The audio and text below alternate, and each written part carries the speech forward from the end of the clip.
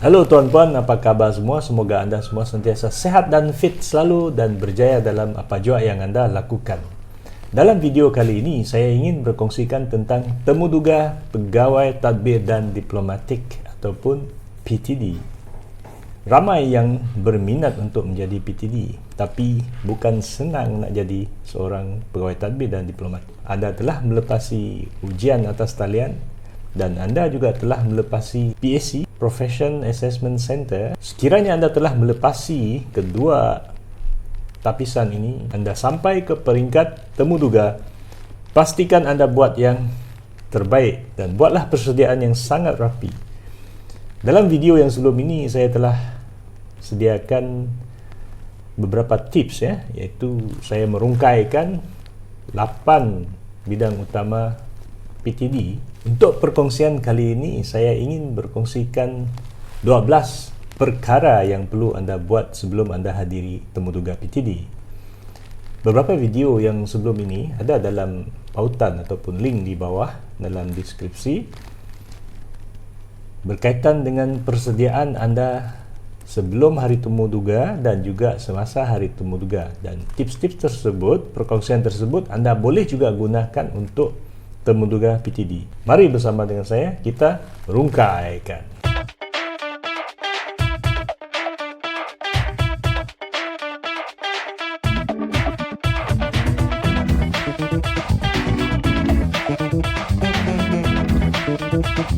Tuan-puan, sebelum kita pergi lanjut, kepada sesiapa yang belum subscribe kepada channel Supermatch Sharing ini, silakan tekan butang yang berwarna merah, butang subscribe yang berwarna merah, dan tekan tombol loceng untuk semua notifikasi supaya anda dapat follow semua video yang saya telah sediakan.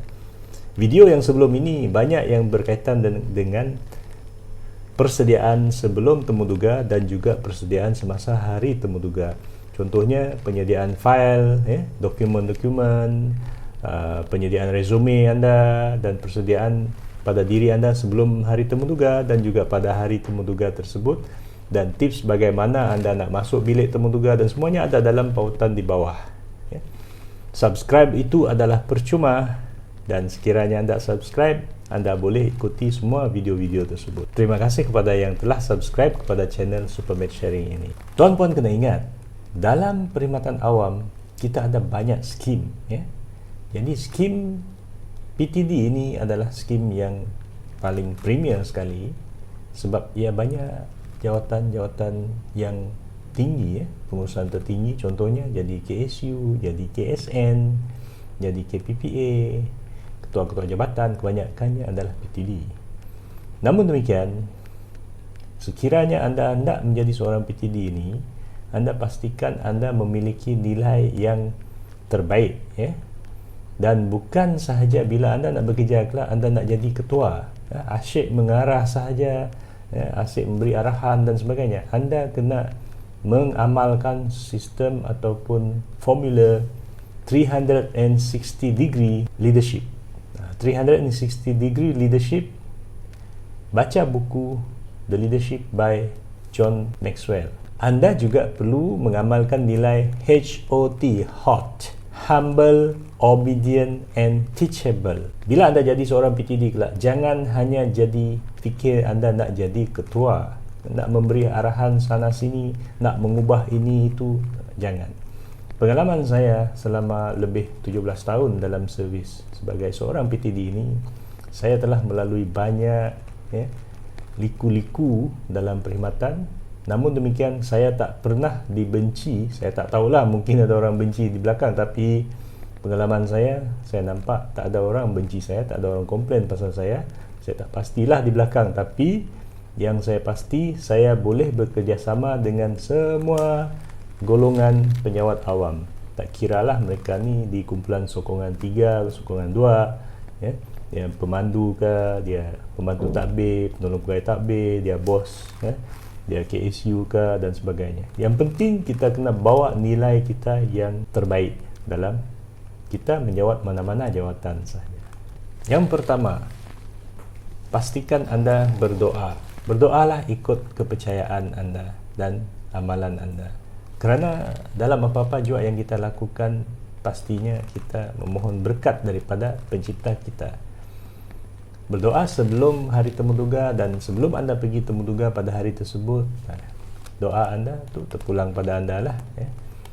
Doa untuk anda boleh berdoa untuk panel-panel supaya panel boleh menerima anda, terbuka hatinya menerima anda, dan juga anda berdoa untuk kelancaran proses temuduga tersebut. Yang kedua, keterampilan dan pembawaan diri anda.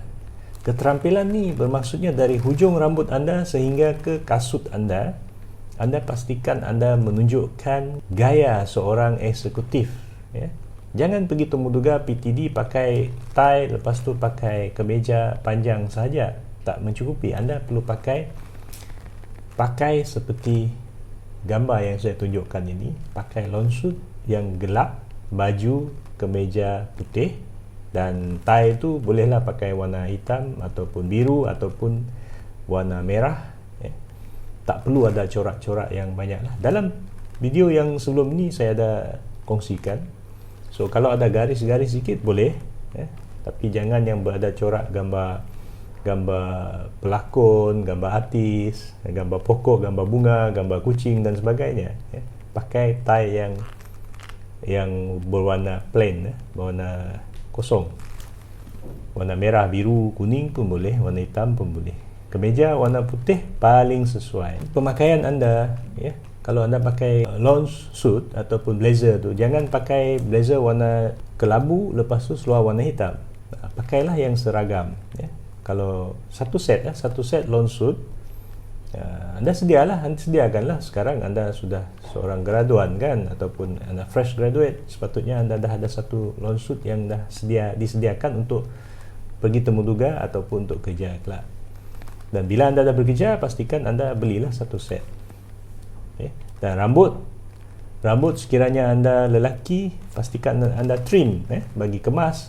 Dan kalau wanita yang tak bertudung, sanggulkan rambut, lepas tu kalau yang bertudung, pastikan tudung tu warna yang cerah dan sesuai dengan pakaian, warna pakaian ataupun matching dengan warna pakaian. Kasut, pastikan pakai kasut kulit bertutup, ya. Tali pinggang warna hitam bagi lelaki. Keterampilan bukan sahaja dari segi pemakaian. Keterampilan tu adalah dari segi first impression, ya. First impression bila anda masuk dalam bilik temuduga itu, di situ anda telah tunjukkan satu gaya seorang eksekutif, ya. Gaya seorang PTD. Cara anda bawa dokumen, cara anda berjalan, cara anda ketuk, cara anda bagi salam. Dan sekarang pada musim COVID ni, memang anda akan pakai penutup muka, ya. Tapi kalau anda nak bagi salam tu dengan letakkan tangan kanan di atas bahu kiri dan selamat pagi Datuk, selamat pagi Tuan, selamat pagi Tan Sri, tunduk sikit. Itu cara anda bagi salam. Semua yang pergi temuduga anda tu adalah grade jusasi ke atas, dan ahli Suruhanjaya tu adalah pesara-pesara dari lepasan daripada mana-mana agensi, ya. Contohnya mereka tu biasanya minimum jusasi ke atas lah, bekas KSU, bekas TKSU, bekas KP, ya. So anda boleh rujuk dalam portal SPA, ada carta ahli-ahli SPA tu, kenali mereka melalui portal. Bukan, jangan cari mereka, anda tak boleh mengenali panel. Yang ketiga, keupayaan berinteraksi dalam bahasa Inggeris. Pastikan anda berlatih bercakap dalam bahasa Inggeris. Sebab bila anda nak jadi seorang PTD, you must know how to speak in English. Anda kemungkinan akan ditempatkan di pejabat kedutaan, di Kementerian Luar Negeri, di kementerian-kementerian, jabatan-jabatan, ya. Dan anda akan menjadi seorang pegawai kanan.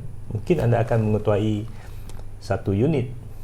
Contohnya, saya bagi contoh, macam saya dulu, saya ditempatkan di unit pembantu rumah dan saya mengetuai unit pembantu rumah asing. Dan kemudian saya ditempatkan di Jabatan Immigration Bahagian.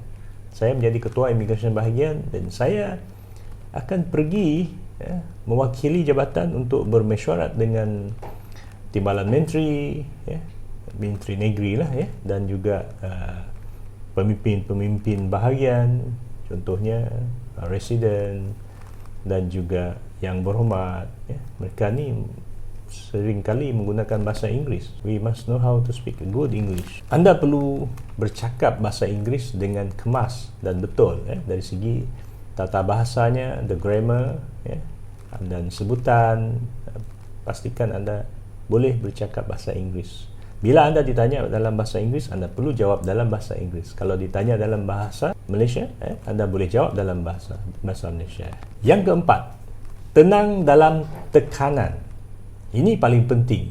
Sebab bila anda jadi PTD, ya, M41 ni, anda akan menjadi ketua unit ataupun ketua jabatan di agensi yang kecil, ya, unit-unit yang besar di kementerian misalnya. Anda akan menjadi penolong setiausaha, dan sekiranya anda mendapat tekanan daripada ketua anda ataupun tekanan daripada rakan sekerja ataupun kaki tangan di bawah selian anda, anda boleh menguruskan, menyelesaikan sesuatu perkara ataupun tugasan dengan tenang, dengan kemas, dan juga anda boleh melaksanakan sesuatu tanggungjawab, memikul amanah terhadap tanggungjawab ataupun tugasan yang diberikan tanpa masalah.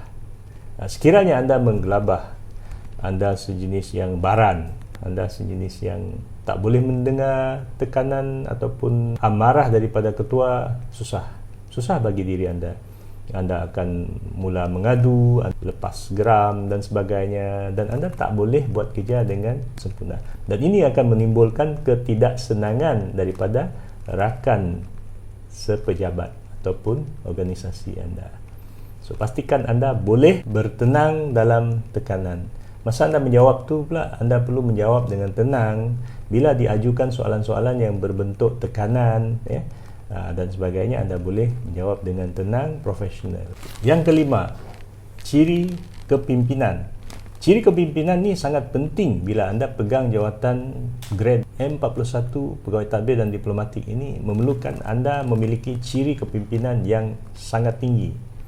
Bukan sahaja anda memimpin satu jabatan, ya, menjadi ketua ataupun pengarah dan sebagainya, tapi anda perlu memimpin dari bawah ke atas, dari atas ke bawah, 360 degree leadership. Jangan jadi bossy, jangan suka memberi arahan sahaja. Jangan fikir anda tu grade 41, lepas tu rakan sepejabat anda yang grade 19, 29, dan anda suka hati sahaja memberi arahan dan sebagainya. Anda perlu memberi, tunjuk aja, leadership by example. Itu yang anda kena tunjukkan kepada rakan sekerja anda. Ciri-ciri itu anda akan tunjukkan semasa temuduga. Contohnya, sebelum anda pergi temuduga itu, anda sepatutnya dah memiliki ciri-ciri sedemikian. Dulu saya memimpin satu pasukan, saya menjadi jurulatih taekwondo, dan saya pernah mengajar, dan saya pernah bekerja di satu unit. Dalam saya bekerja tersebut, saya telah mempelajari tentang kepimpinan. Dan bila anda nak jadi pemimpin, anda perlu jadi pengikut ataupun pekerja bawahan. Maksudnya anda kerja di supermarket ke, anda kerja di mana-mana pejabat swasta dan sebagainya. Kalau anda tak ada kerja, pastikan anda terlibat dengan aktiviti-aktiviti persatuan, aktiviti-aktiviti kelab, aktiviti community dan sebagainya. Ini boleh mengajar anda dari segi anda memimpin dan juga anda dipimpin. Yang keenam, pengetahuan semasa. General knowledge ni, current issues ni anda perlu ketahui banyak, bukan sikit saja. Nak jadi seorang PTD ni anda kena luar biasa. Anda kena belajar, anda kena banyak membaca, banyak membaca dan juga banyak berkomunikasi, banyak bersosialisasi dengan community dan sebagainya. Anda kena buat kajian yang lebih menyeluruh. Saya telah buat perkongsian tentang 8 bidang utama PTD, ya. Jadi dalam 8 bidang utama ni banyaklah perkara-perkara yang perlu anda pelajari dan buat kajian. Contohnya dari segi ekonomi, isu-isu kesihatan, isu ekonomi sekarang, isu-isu kesihatan, isu-isu politik, isu hubungan antarabangsa, konflik di peringkat antarabangsa, isu-isu yang melanda negara kita. Semua ini perlu anda ketahui, ya. Jadi anda perlulah buat persediaan. Okey, tuan-puan, saya ingin berkongsikan sedikit tips berkaitan dengan bentuk-bentuk soalan. Tapi saya tak akan katakan ini adalah soalan yang akan keluar. Dan sekiranya anda nak pegang jawatan sebagai seorang pegawai tadbir dan diplomatik, anda perlu tahu tentang kerja tersebut, bidang tugasnya, penempatannya di mana, contoh organisasi yang ada jawatan tersebut. Contoh PTD ini kan, PTD ini biasanya akan berada di setiap kementerian, dan di setiap kementerian tu akan ada jabatan-jabatan di bawahnya. Contohnya, kalau Kementerian Dalam Negeri, kita ada Jabatan Immigration Malaysia, Jabatan Pendaftaran Negara, Agensi Anti Dadah Kebangsaan, dan juga Jabatan Penjara. Dalam jabatan-jabatan yang saya sebutkan ini ada jawatan PTD dari grade M41 dan sehingga ke YUSA, ada yang sehingga ke M54. Bentuk soalan yang saya akan kongsikan di sini adalah bukannya soalan yang akan keluar semasa anda temuduga. Namun demikian, anda kena faham bahawa setiap panel temuduga tu dia akan bertanyakan soalan yang berlainan. Tapi dalam tips yang telah saya kongsikan sebelum ini, competency based interview itu adalah cara untuk kita menilai calon-calon. Jadi tips yang ketujuh di sini adalah, apa itu PTD? Apakah pegawai tadbir dan diplomatik? Contoh soalan, apakah yang anda faham tentang pegawai tadbir dan diplomatik ataupun PTD? Rujuk balik kepada video yang sebelum ini, iaitu 8 bidang utama PTD. Anda perlu faham tentang jawatan yang anda nak jawat tersebut, yang anda pergi temuduga tersebut. Yang ke-8, kenapa anda ingin menjawat jawatan PTD? Ini satu bentuk soalan yang kemungkinan akan keluar. Dan mana-mana jawatan yang anda hadir temuduga tersebut, pastinya panel akan bertanyakan, kenapa anda nak menjawat jawatan ni? Okey, bentuk jawapan, anda perlu bagi jawapan yang berterus terang, bukannya berlakon. Bila anda kata anda minat jawatan ini, anda nak memberi sumbangan yang terbaik untuk masyarakat dan juga negara, tapi bila anda kerja kelak, malas buat kerja sambil lewat. Jangan macam tu. Anda pastikan ianya datang dari isi hati anda dan niat anda nak bekerja. Kena ingat, kita bekerja ni, kita kena buat kerja yang terbaik dan kita akan dapat gaji setiap bulan. Itu adalah hasil kerja yang kita, hasil sumbangan yang kita beri. Bukannya kita hanya nak mendapatkan kerja tu untuk mendapat gaji dan untuk mendapat kestabilan dalam karier kita. Bukan. Jangan berfikir sedemikian. Anda pastikan buat persediaan yang anda hendak bekerja betul-betul nak menyumbang kepada majikan anda kelak. Yang ke-9, apakah persediaan yang anda telah buat untuk menghadapi kursus selama 10 bulan, iaitu Cadet PTD? Ini kemungkinan akan jadi satu contoh bentuk soalan. Sebab bila anda nak menjadi seorang PTD, anda akan menghadiri kursus wajib, iaitu anda akan menjadi seorang Cadet PTD. Kursus tersebut akan dilaksanakan selama 10 bulan. Lama tu kan? Jadi anda kena faham dalam kursus selama 10 bulan tu, apa yang akan anda buat? Adakah anda bersedia? Anda ceritalah masa temuduga tersebut, anda ceritalah, dalam kursus selama 10 bulan ni saya dah amat bersedia dan saya tahu apa yang akan dibuat semasa kursus tersebut. Jangan kata, oh saya bersedia, tapi bila ditanya apa yang anda tahu tentang kursus tersebut, anda langsung tak tahu. Jadi ini susahlah. Yang ke-10, adakah anda bersedia untuk ditempatkan di kawasan luar bandar ataupun di kawasan pedalaman? Contohnya di Sarawak, di Sabah, di Kelantan, di Kedah, ataupun di Miri, di Tawau. Adakah anda bersedia ditempatkan? So, jadi sekiranya anda betul-betul minat dengan jawatan ini, anda pastikan anda buat kajian di manakah penempatan jawatan M41 ini kelak. Di manakah penempatan jawatan PTD M41 kelak. Sebelum anda hadiri temuduga, anda telah faham, anda patutnya memahami penempatannya. Jangan masa anda temuduga pula, oh ya saya sanggup, lepas tu bila ditanya di manakah tempat penempatan yang paling jauh di Sarawak, penempatan jawatan PTD M41 yang paling jauh di Sabah ataupun di Sarawak. Tambahan lagi sekarang ni musim COVID, pandemik begini, adakah anda sanggup ditempatkan di Tawau, di Sandakan? Ada tak jawatan PTD M41 di Tawau, Sandakan, di Miri, contohnya. Jadi anda perlu bersedia untuk menjawab. Saya tak akan mengajar macam mana anda menjawab ini. Ini perlu datangnya dari isi hati anda, dari niat anda untuk nak bekerja. Tuan-puan, menurut pengalaman saya, ada rakan saya yang baru keluar daripada DPA, baru habis kursus selama 10 bulan tu. Bila dia nak ditempatkan ke Miri misalnya, ataupun di Sarawak, dia tanya saya, Miri ni, adakah Miri ni bandar? Dia tanya saya, adakah Miri ni bandar ataupun macam kampung-kampung lagi kah? Pernah, ini soalan ni pernah saya terima daripada seorang PTD yang dah nak masuk kerja. So, sebelum anda pergi bekerja, sebelum anda temuduga ni, anda kena faham tentang Malaysia, penempatan sesuatu jawatan tu khasnya PTD ni di mana penempatannya yang paling jauh, jawatan yang paling kritikal, tugas yang paling kritikal, apa semua tu anda kena faham. Sebab bila anda dah menjawat jawatan tersebut kelak, bila anda tak faham, kita risau anda akan tak minat. So bila anda minat, anda perlu buat kajian yang menyeluruh, kajian yang sangat rapi untuk jawatan tersebut.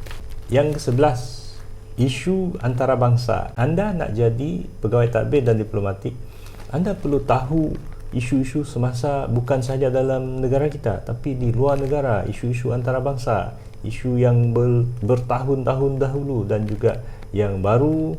Sebelum anda pergi temuduga, mungkin ada isu yang timbul 2-3 hari lepas sebelum temuduga. So anda perlu ketahui isu-isu tersebut. Kemungkinan anda akan ditanya, contohnya sekarang tahun 2020, tahun 2019 ada rusuhan besar-besaran di Hong Kong. Apakah puncanya?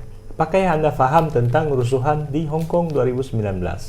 Contoh, apakah anda faham tentang isu rusuhan di Amerika Syarikat pada musim pandemik COVID? Contoh soalan lagi, kemungkinan contoh soalan, apakah yang anda faham tentang Arab Spring? Semua isu-isu antarabangsa ni anda kena faham.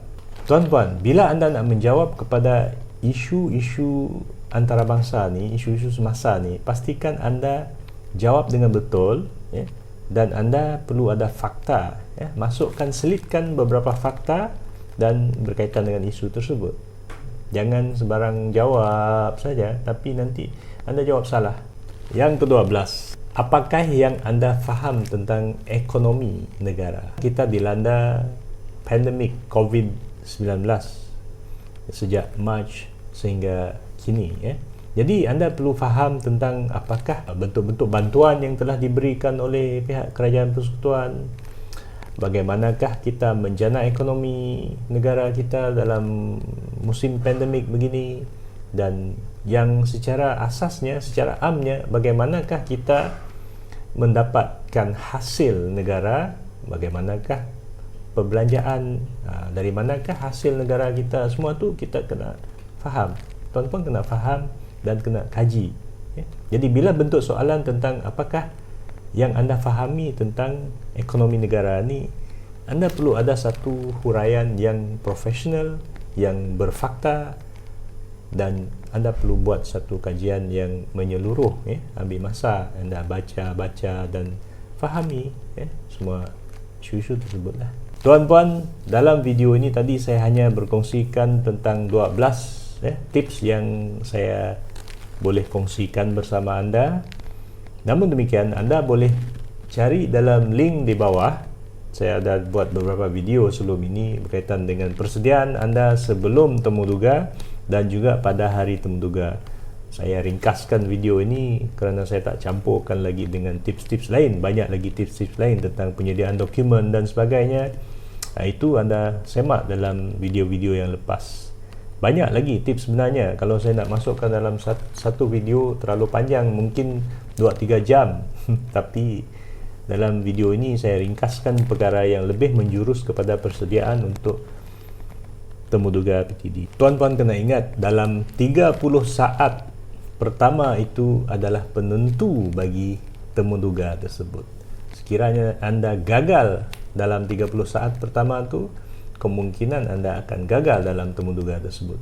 Jadi bila anda dah lulus dalam 30 saat masa temuduga pertama tu, 30 saat pertama dalam temuduga tersebut, anda akan membawa panel tersebut ke alam anda. Jangan biarkan panel tersebut bawa anda ke alam panel. Ingat, panel-panel temuduga ini adalah yang dari kalangan grade JUSA C ke atas. Mereka ini sangat profesional dan sangat berpengalaman, pengalaman melebihi 25 tahun bekerja, 30 tahun bekerja, ya.